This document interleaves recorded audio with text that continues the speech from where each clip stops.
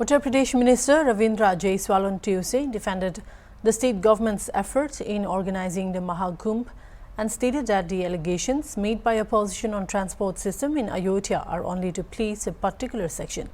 In a special conversation with Hornbill TV, the minister said in terms of management, Sanata's great festival Mahakumbh is being appreciated not only in the country but also abroad.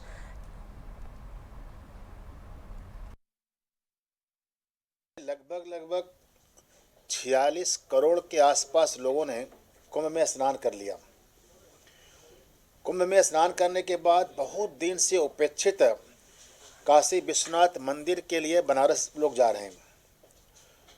बहुत दिन से उपेक्षित अयोध्या का राम जन्मभूमि का स्थान था, अब बन जाने के कारण से जो सनातन परंपरा में लोग हैं जो दूर दूर से आए हुए हैं, तो उनको लगता है कि अयोध्या भी बगल में है, काशी भी बगल में है, तो वह प्रयागराज के बाद इन दोनों जगह जा रहे हैं।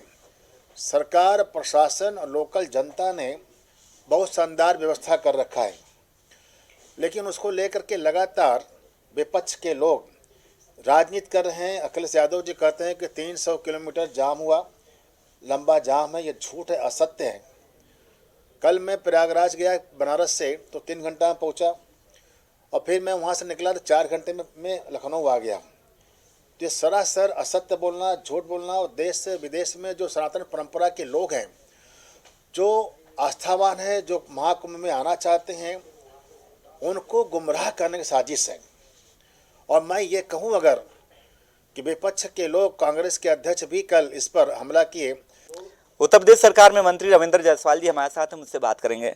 सर, मौनी अमावस्या में जो प्रयागराज में जो घटना घटी थी उसके बाद से मुख्यमंत्री योगी आदित्यनाथ लगातार खुद मॉनिटरिंग कर रहे हैं। जो चौथा स्नान हुआ और फिर कल जो है शाही स्नान है, उसको लेकर मुख्यमंत्री योगी आदित्यनाथ लगातार बैठक कर रहे हैं, अधिकारियों को लखनऊ से भेजे हैं, लेकिन उसके बावजूद भी विपक्ष यातायात और भीड़ को लेकर तमाम तरह के आरोप लगा रहे हैं। आखिर ऐसा क्यों? देखिए, अब तक करीब 46 करोड़ लोग महाकुंभ में जा चुके हैं।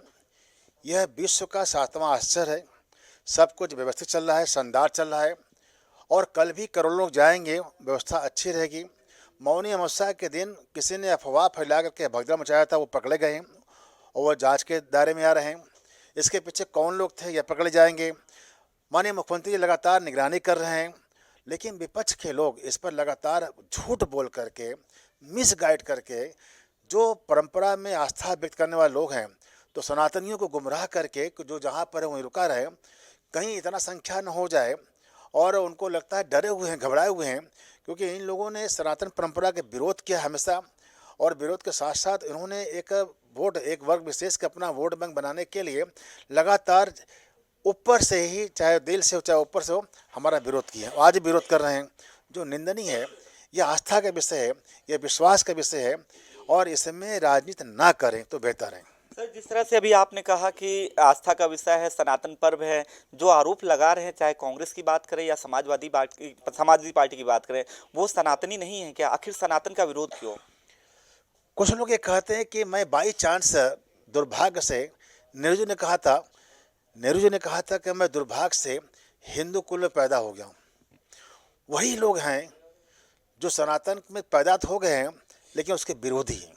तो आखिर ये विरोध क्यों हो रहा है? क्या चुनाव को लेकर माना जाए? हाँ। इसको ये देख रहे हैं कि राजनीतिक दृष्टि से कि सनातन परंपरा में हमला करेंगे तो मुसलमान भाइयों का हमारा वोट बैंक बढ़ेगा, तो कांग्रेस, सपा दोनों लोग आपस में मिल करके यह मेरा वोट बैंक है, ये मेरा वोट बैंक है, और लगातार हमारे पर हमला किया जा रहा है, ताकि उनको लगता है कि जितना हमला करेंगे उतना हमारा वोट बैंक हो जाएगा मुसलमान भाइयों का, जबकि ऐसा है नहीं।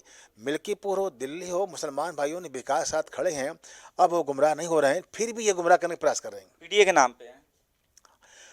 जाति जाति में जब हिंदू समाज बटा, भारत का बटा, तब तक भारत गुलाम हुआ।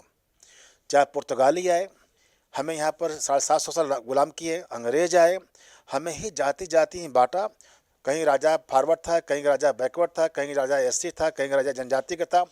वह जातियों में बटे थे। जनता एक साथ जब होकर लड़ी है, महाराणा प्रताप लड़े हैं अकबर से, जब सारे लोग इकट्ठा किए जनजाति को, बैकवर्ड को, पिछड़ा को, तब अकबर को उन्होंने बांध पाए थे। अब इनको लगता है कि अगर राष्ट्रवादी लोग एक साथ खड़े रहेंगे तो हम शासन नहीं कर पाएंगे। इस कारण यह अगला पिछड़ा पीडीए के नाम पर हमें बांटने का काम का, जो निंदनीय है। जाहिर सी बात है, आप रविंद्र जायसवाल जी हैं, जिनका साफ कहना है जिस तरह से विपक्ष आरोप लगा रहा है वो बेबुनियाद हैं, जबकि हकीकत ये है कि देश दुनिया में महाकुंभ को सराहा जा रहा है। वीडियो जर्नलिस्ट विजय के साथ अनुज चौधरी, हॉर्नबिल टीवी, लखनऊ।